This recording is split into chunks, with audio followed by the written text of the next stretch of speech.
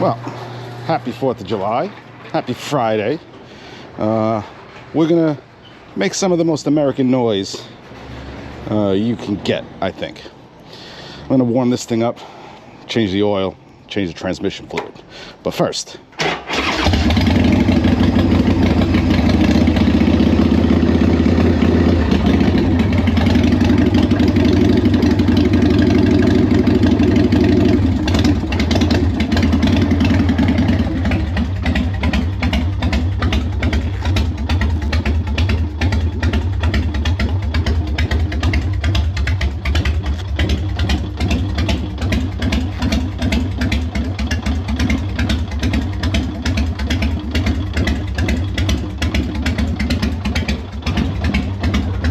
just put a fresh set of plugs in it. I'm gonna bring a second set for both bikes to Sturgis. I think I might bring a voltage regulator. I think it's the same for both bikes, so that makes some sense.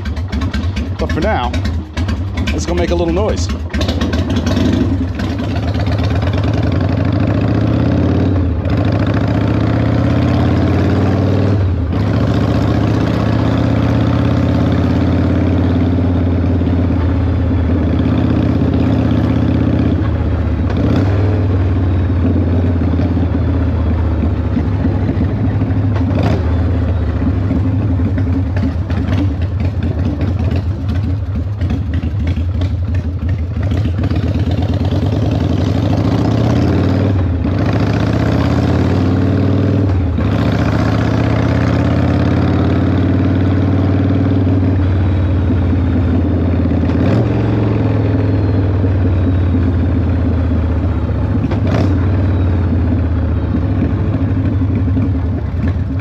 Oh, it's a beautiful day. She's running good.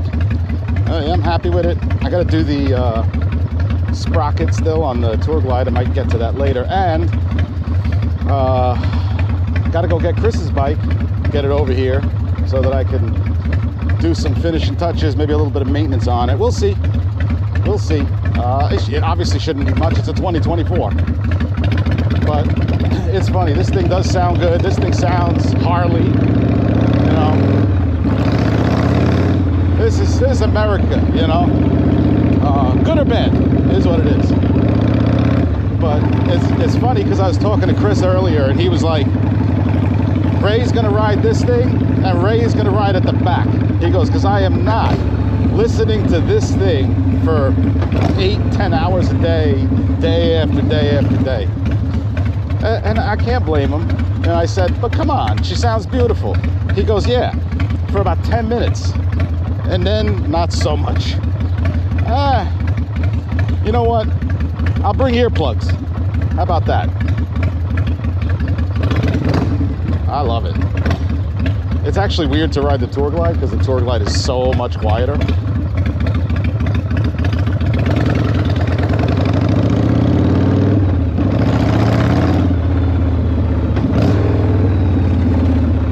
It's just literally the sound that when you think of Harley Davidson, when I think of Harley Davidson, I should say, because everyone's got their own, I guess, opinions.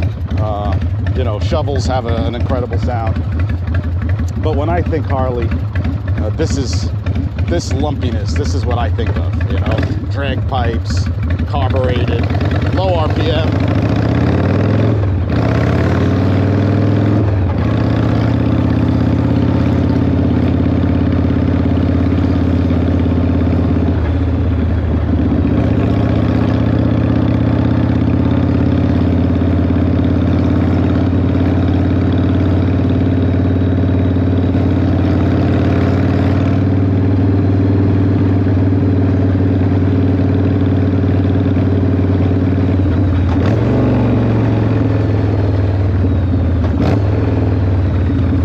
Just a glorious sound on a glorious day.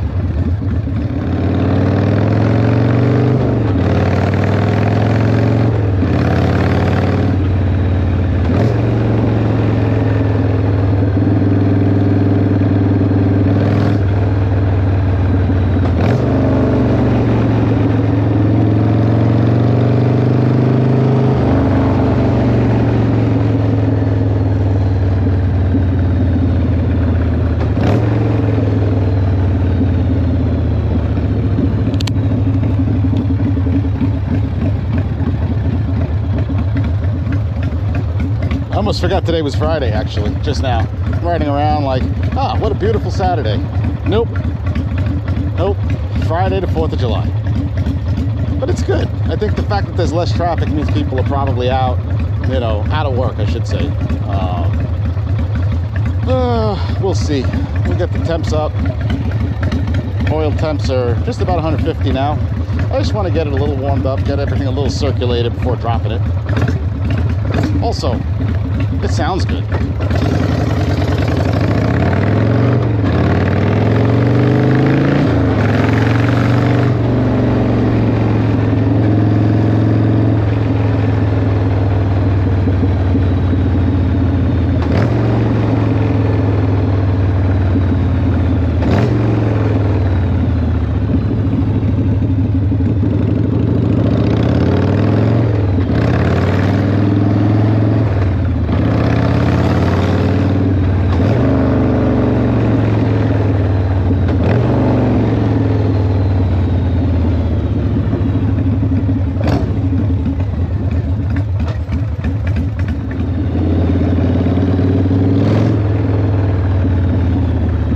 That's about warmed up enough. I don't know if anyone watching has changed the oil on a Softail. And I don't know if all Softails are exactly the same, but you'll see why I love the way this setup is, and I'd love to do something similar on the Tour Glide. The Tour Glide just makes no sense. This one, on the other hand, this just makes a lot of sense to me, you know? So, I'll show you that in a second. Head back, get it up on the air, just a little bit. And you don't even have to do that. You can do, if you're just changing the oil, you don't even have to lift this thing up, which is just awesome. But I'm gonna, because I want to do the transmission fluid.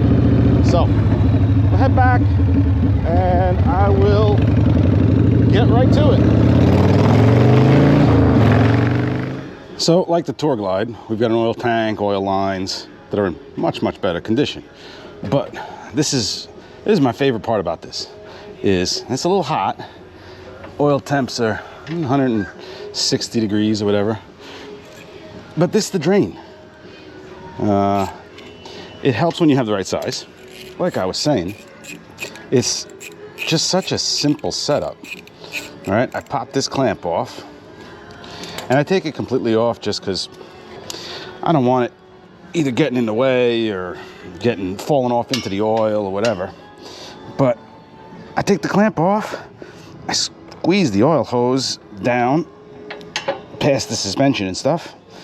I try to make sure it's gonna end up in the drain pan.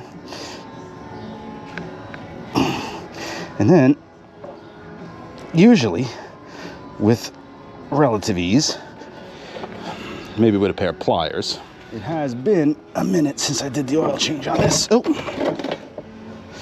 plug comes out, oil drains. Unfortunately, no, I think it's draining into the bucket. As awkward as my bucket placement was. Well, it's really the jack stand placement, but that's something the Tour Glide has over this. That flat swing arm that I can actually put jack stands under. I know, should probably get an actual motorcycle jack. I'm stubborn. I don't know what to tell you. I am definitely stubborn. So I'll let that drain. And see if I can't. Does this fit in there?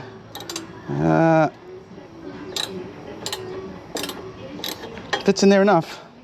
Oop. Fits in there enough. I do think the, oh yeah, that works better. Idiot. Should have known. I do think the Tour Glide's setup, which I'm guessing is factory setup for the transmission, is better. Well, it still had fluid, and it doesn't look horrible. That's a good sign. It is supposed to be kind of discolored. It is Motul, so it's blue in color. But let's just give a check of the fluid level. Why? Because, I don't know, is it overfilled? I think it's in the range. I think it's in the range.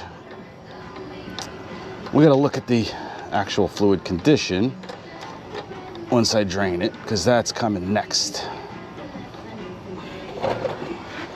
Anyway, that's it. That's how simple. That's why I like it. And again, I tend to pull the hose up through here to put the clamp on. You don't have to, but just one of the things, and this is kind of why I like working on or having different machines, is to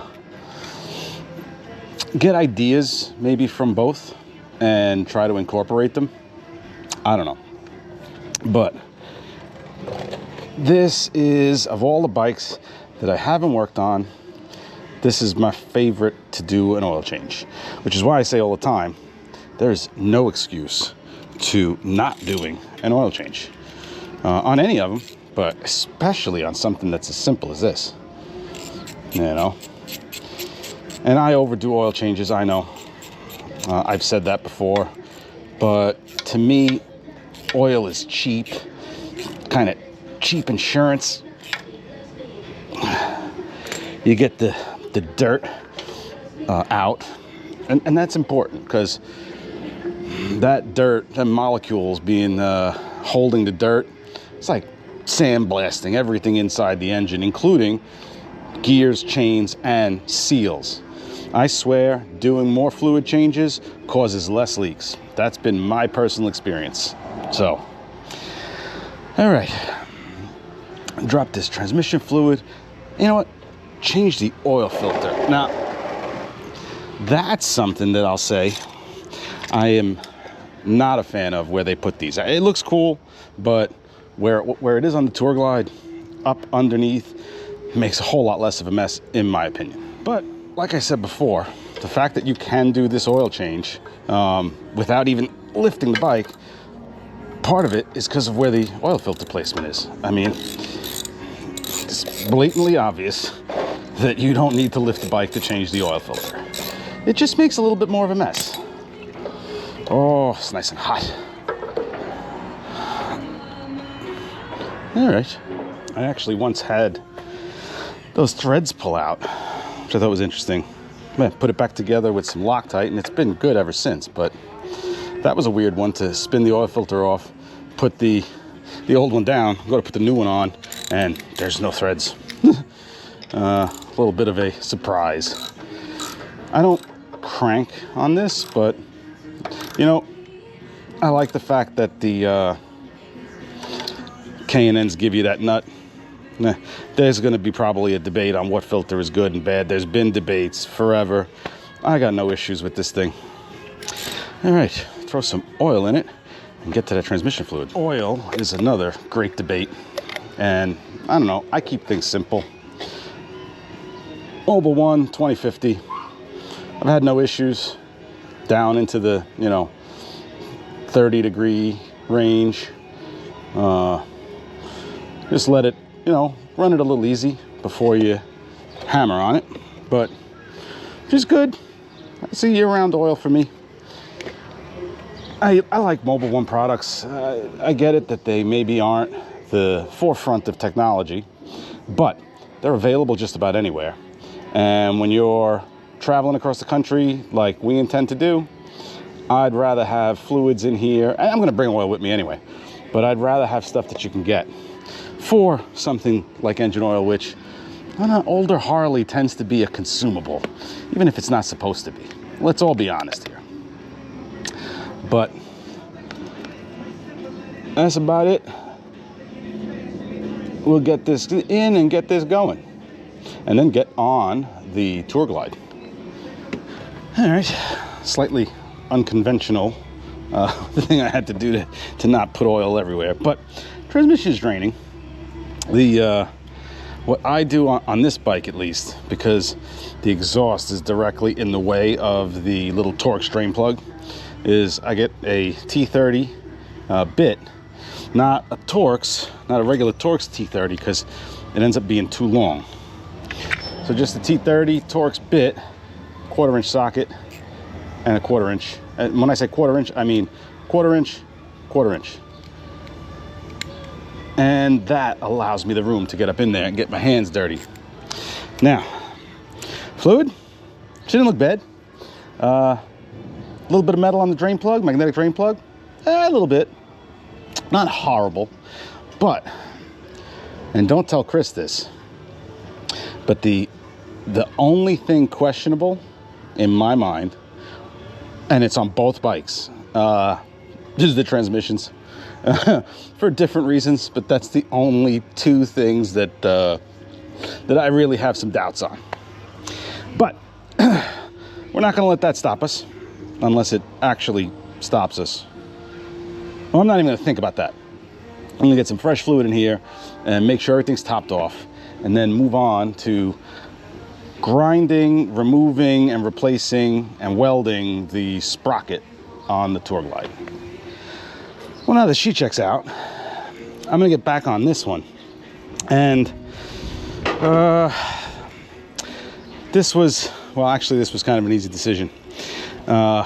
Chris and Jimmy have been breaking my chops saying, don't change this gear. And what the hell do my friends know?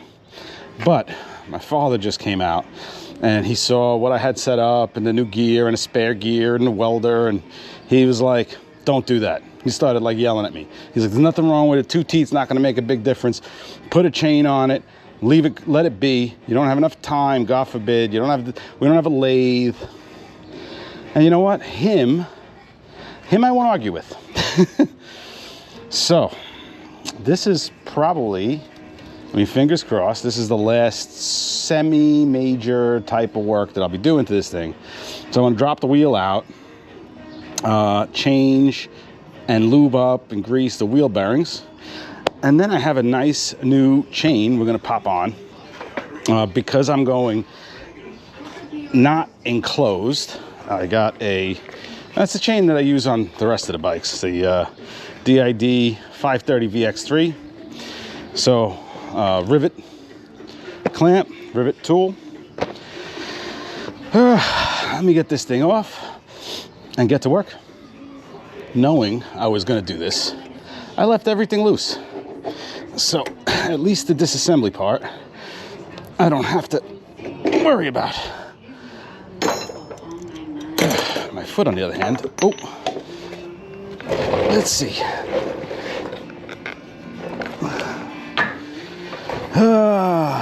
I've gotten much better at these, at the brakes on this one. Getting the wheel on and off without going crazy and cursing at the brakes like crazy. But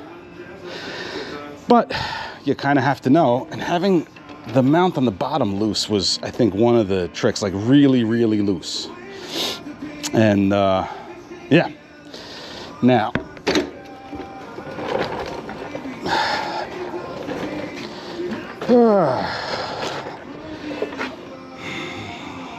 I mean, the sprocket's in good shape, you know. When you look at how this is done, he's right. I was gonna just grind it off, weld it. He's like, no. He's like, you wanna do this thing right, you need to put it on a lathe, which I don't have access to right now, and really cut it, clean it, and weld it. So I guess for the moment, this is what we're doing, 48 tooth. Still good for 75 miles an hour on the highway, like I promised Chris. 75 too slow. That's what he's like, a Spaceball scene. Light speed too slow. What are you gonna do? So pop these wheel bearings out. Nope, not screw them up, because I had that problem with the front where I accidentally removed the special spacer, and I got to put it back together and the whole thing locks up. So if you're doing one of these, remember there is a special spacer, and the clearance has to be within spec. It's like, I forget, 1 to 6 thou or something. It's not much. You can kind of feel just that little bit. So I'll pop this off. I have new wheel bearings, Drag Specialties, new seals. We'll get that together and get the chain started. I think I'll put the wheel on before I'll get the chain started, and then I'll put the wheel on, and then I'll have it. Yeah, I think that makes sense. All right, I'll get this done. Yeah, all right, good. These are the washers, spacers, but what I must have did the last time was literally pull it out and toss it. And this one, not the thinner ones, but this one with the groove, this must have stayed stuck on the bearing, and I didn't see it, and it went out, you know, threw the washer out with the bath water. Thank God I had purchased a Fat Boy Road King wheel to try to put on this bike, a later model one, and it had the washer. Put it back together, checked the clearances, we were all good. But whew, talk about a moment when I tightened everything up and the wheel just locked. Not letting that happen this time. Just put it here for safekeeping. And pop the wheel back under there. But I think while I have a little bit more room, get this pretty natural finish DID chain in there. You can't see it, so I didn't bother with like a color or anything, but it's O-ring, X-ring, whatever. What you need to run not enclosed. So let's see. I do know where is it? Where it says DID. All right, so it goes this way, I think. Huh. It's funny, the non-natural ones, it's so much easier to see where the writing is. Okay, 530 VX3. Yes, it goes this way. So let's see how much of a pain in the ass it's going to be to feed this thing in.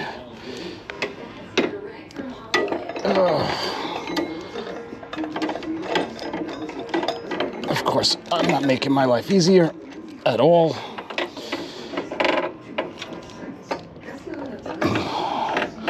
Let's see. It definitely helps when you have a little bit more hand room. Is that a thing? Hand room? Let's see. Try to get it in there. I know you really can't see anything, but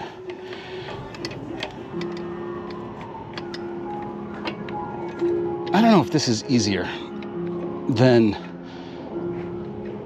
on a bike where you could see the actual gear. It's always a pain in the neck. Oh wait, hold on. How about if I do this? Jeez. Not looking forward to doing this type of stuff. Oh, wait a minute. Wait a minute. All right. It's through. And it's on the final drive. All right, now I can just kind of tuck this aside for the moment and get the wheel back in place. Eugh, greasy everywhere. So for the very first time while I've had this bike, I'm gonna have to actually adjust the chain. I just left the old one the way it was, and well, just had a little fun with it. But now, fresh chain.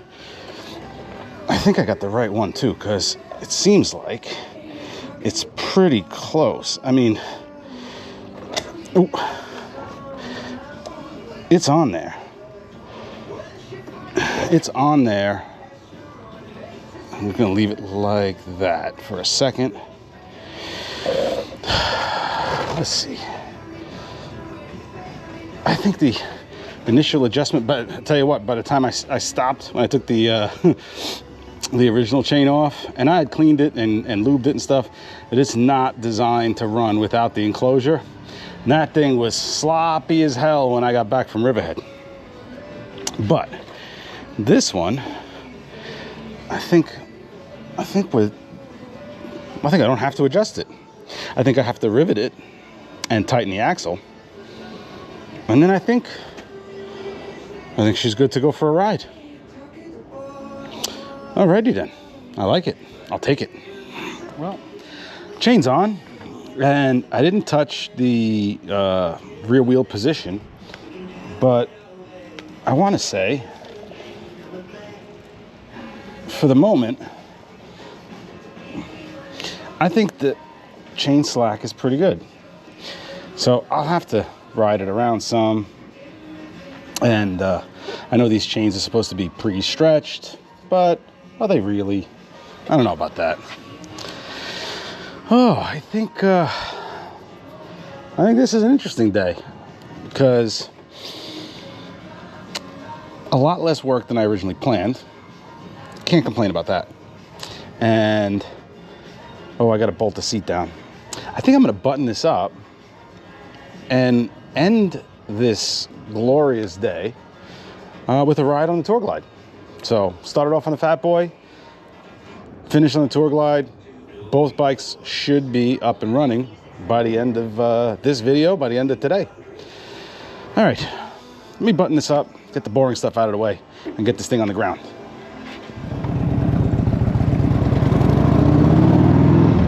And we're out and about on the Tour Glide. New chain, new oil lines, oil change. I like it. I want to put some miles on it. I'm pretty sure the Fat Boy is fine, but the this one's still relatively untested. So I want to put some more miles on it.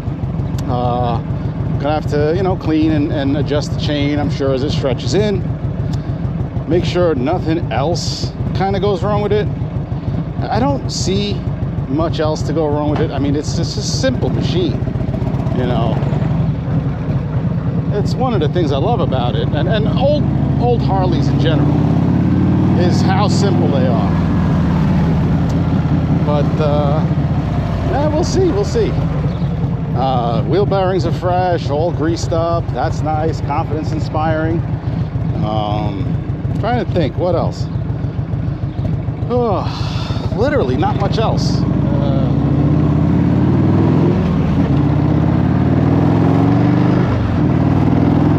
She sounds good, she runs good, rides good, rides a hell of a lot better than when we started.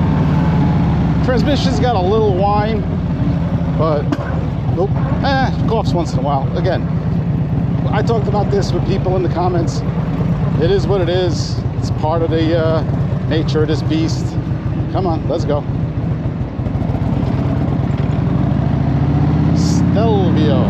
I wonder if that's any more reliable than my Aprilia, which is still broken. Dropped the valve retainer broke. I don't know. Very disheartening. It's like the bike has 12 miles on it. What are we gonna do? Rebuild the engine? I don't know. Oh. Brakes feel good. Everything seems to work. I keep saying that. And you know what else I'm thinking? I'm like, all right, so it's 1,900 miles, right? So what's 1,900 miles really? Is it all that far? Come on, idiot. You know, and it's really not. Like, this should make it. I'm gonna bring oil, both bikes, just in case. I'll bring transmission fluid too, again, just in case she springs a leak or something. I don't think it's gonna, but hey, you never know. Luck favors the prepared. And revs up, rides good. This really is something like to, if you want to talk about 4th of July and celebrate the 4th of July, right? So what do we got here? We got 2 American bikes now that are running, and in what, 22 days? In 22 days, they're going to be traveling across this great country. I mean, it doesn't get much more American than that.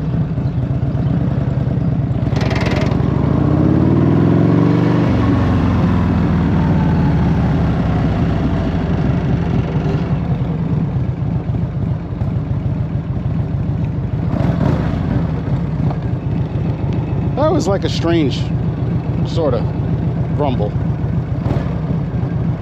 I will probably check the push rod adjustment. That's something that was brought up. It's one of those things where once it was brought up, now it's in my mind, you know, just in the back of my mind. All righty, come on. Nobody knows where they want to go.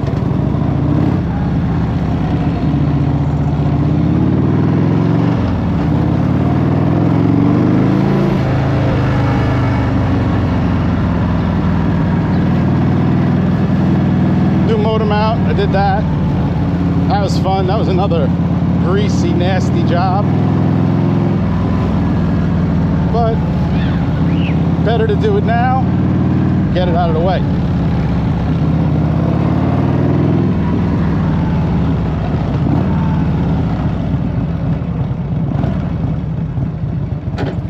Oh, God. What else did we do? What else did we do?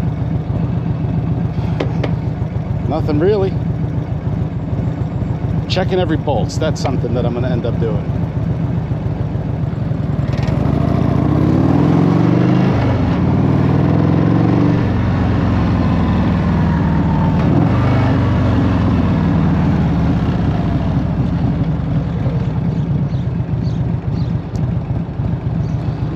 That's like a weird sound that it's making on takeoff. Kind of like a banging.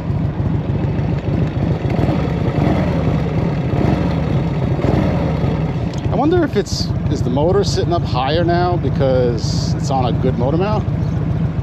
I'm gonna have to take a look. It seems to be running fine. Ignition module. Several people have mentioned these ignition modules fail. So I don't know. See, there it is. That banging. I don't know. I don't know if I should prepare for it, or, you know, I've had some people say the ignition module fails, but I've had a bunch of people say that the ignition module's no issues for, you know, long periods of time. So what do I prepare for? Do I, you know, roll the dice, or do I anticipate or expect that it's going to fail? I don't know. I'm very inclined to just roll the dice.